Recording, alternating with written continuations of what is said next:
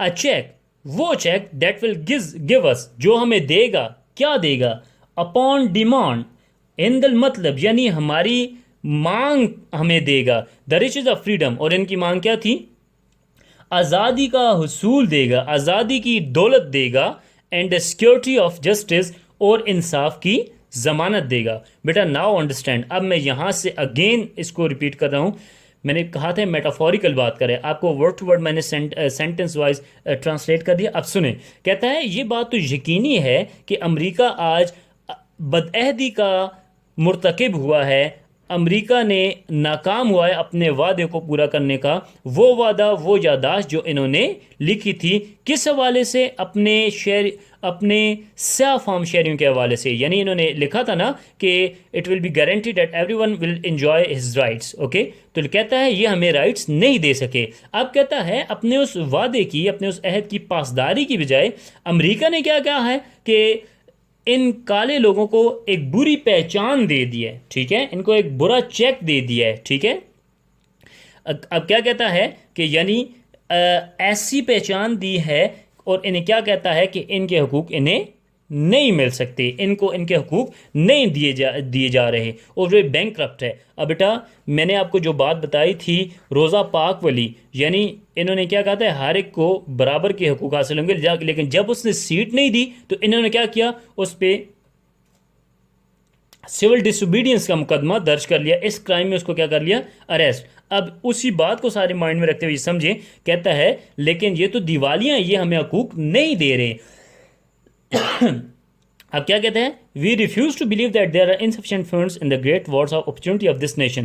کہتے ہیں ہم اس بات کو تسلیم کبھی نہیں کریں گے کہ یہ ہمیں حق نہیں دے سکتے, یا یہ ہمیں حق نہیں دیں گے, یا مواقع ہماری قوم کے پاس نہیں ہے اپنے حقوق حاصل کرنے کے. سو کہتا ہے اپنے حقوق حاصل کرنے کے لیے جب انہوں نے ہمیں ہمارے حقوق نہیں دیے, لہٰذا اس بنیاد پہ آج ہم اس میموریل کے سامنے ایک پروٹیسٹ, ایک پیسفل پروٹیسٹ لے کے آئے ہیں تاکہ ہمیں ہمارا حق مل سکے. اس وجہ سے کہتے ہیں بیٹا so we have come to cash this cheque. کس چیک کی بات کر رہا ہے, he is talking of the rights that they promised to give but they now defaulted, okay. اور کہتا ہے ایک ایسا چیک, یعنی کہتا ہے ہم کون سا چیک حاصل کر رہے ہیں جو ہمیں کیا دے گا, ہمیں بیٹا کہتا ہے a check that will give us upon demand the riches of freedom. کہتا ہے کہ ہم وہ چیک کیش کروانے آئے ہیں, یعنی اپنے وہ حقوق لینے ہیں جو ہمیں کیا دے گی, آزادی دیں گے, اینڈ سیکورٹی آف جسٹس, اور انصاف کی ضمانت دیں گے. Is that clear? اب بیٹا سمجھ میں آ گیا. I have related all the story. Now let's move forward. We have also come to this hallowed spot to remind America the fierce urgency of now. کہتا ہے ہم اس hallowed مقدس, ٹھیک ہے, we have also come to this hallowed spot, ہم اس مقدس جگہ پر آئے ہیں to remind, تاکہ یہ یاد دلا سکیں امریکہ کو, and the fierce urgency of now, کہ اشد, کہتا ہے ہم اس مقدس جگہ پہ امریکہ کو موجودہ اشد ہنگامی صورتحال یاد دلانے کے لیے بھی آئے ہیں. یعنی فیئرس کس کو کہتے ہیں بیٹا, اہم, ضرورت, ٹھیک ہے, یا اشد, بہت زیادہ ضروری, ویری امپورٹنٹ.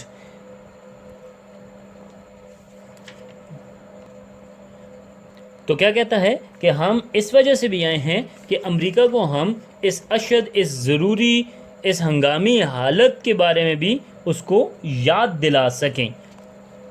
اچھا, so what he says next, this is no time to engage in the luxury of cooling off or to take the tranquilizing of gradualism.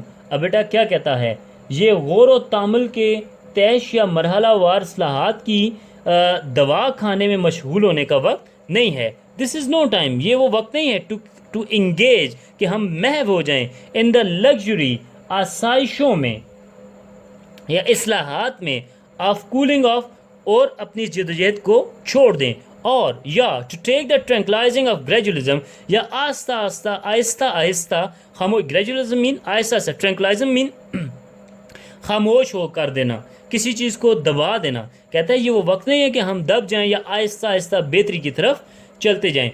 جب بھی یہ بات کرتے تھے تو امریکنز ان کو کیا کہتے تھے بیٹا, کہ صبر کر لو, آپ کو آپ کے حقوق مل جائیں گے. اس بات کو کوٹ کرتا ہے مارٹن لوتھر کنگ کہ اب یہ وہ وقت نہیں ہے کہ ہم یعنی آسائشوں میں یا مرحلہ وار اصلاحات کو دیکھتے رہیں کہ آہستہ آہستہ یہ سب کچھ ٹھیک ہو جائے گا. کہتا ہے یہ اب وہ وقت نہیں رہا.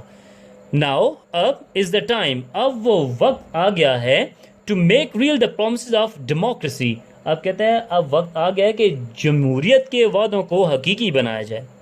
ٹو میک ریئل, حقیقی بنایا جائے, دا پرومسز, وعدوں کو, آف ڈیموکریسی, جمہوریت کے. ناؤ از دا ٹائم, اب وہ وقت ہے to rise from the dark and desolate valley of segregation. کہتا ہے اب وقت آ گیا ہے